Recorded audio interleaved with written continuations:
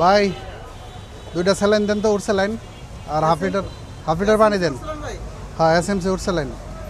গরমটা বেশি পড়ে আছে, একটু ইয়া খাই দিব, স্যালাইন খাই দিব।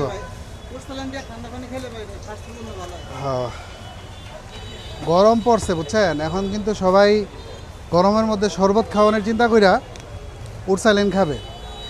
তো উঠ স্যালাইন খাওয়ার নিয়মটা অনেকে জানে না, এটা আপনারা বলি। এই যেমন আমি হাফ লিটার পানি নিচ্ছি, হাফ লিটার পানিতে যদি আমি 2টা উঠ স্যালাইন মিশাই তাহলে এটা সঠিক মাত্রায় যাবে না। যদি 2টা মিশাই তাহলে আমার মরণও হইতে পারে মনে আছে। কারণ যদি আপনি হাফ লিটার পানিতে যদি একটা মিশান তাহলে এটা স্বাস্থ্যসম্মত হবে, আর যদি আপনি 2টা মিশান তাহলে এটাতে সোডিয়ামের পরিমাণ বেড়ে গিয়ে মানুষ মারা যেতে পারে। এই ভুলটা অনেক সময়, এখন বর্তমানে গরম সিজন, এখন অনেক মানুষ এই কাজটা করে। তো আমি এই যে পানি নিলাম, এখন উঠ স্যালাইনে পানি মিশিয়ে খাবো। হ্যাঁ টাকা দেওয়া হয়েছে না? কত বিল কত? টাকা রাখেন। তো এখন এখানে একটা উঠ স্যালাইন মিশিয়ে আমাকে খেতে হবে। যদি আমি 2টা মিশাই তাহলে কিন্তু আপনার এটাতে সোডিয়ামের পরিমাণ বেড়ে যাবে এবং এটা ক্ষতিকারক হয়ে যাবে এবং আমার মৃত্যু হইতে পারে। এই বিষয়টা আপনারা খেয়াল রাখবেন। অনেক সময় দেখা গেছে কি বাইরে থেকে আইসা অনেকে আপনার জুসের পরিবর্তে স্যালাইন মিশিয়ে খান।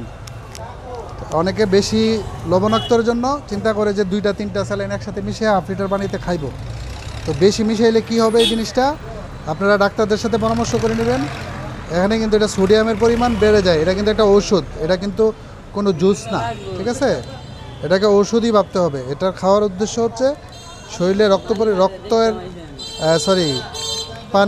রক্তের মধ্যে যদি কমে যায়, ডায়রিয়া হইলে যেটা কমে যায়, ওইটা পানি শূন্যতা পূরণের জন্য আমরা কি করতে হয়, উঠ স্যালাইন খাইতে হয়। কিন্তু আমরা অনেকেই জুস বানাইয়া 2টা 3টা মিশিয়ে তারপর খাই। আর এটা যদি বেশি পরিমাণ খান তাহলে আপনার নিশ্চিত মৃত্যু হবে। তো ভিডিওটি সবাই শেয়ার করে দিবেন। ধন্যবাদ। আল্লাহ হাফেজ।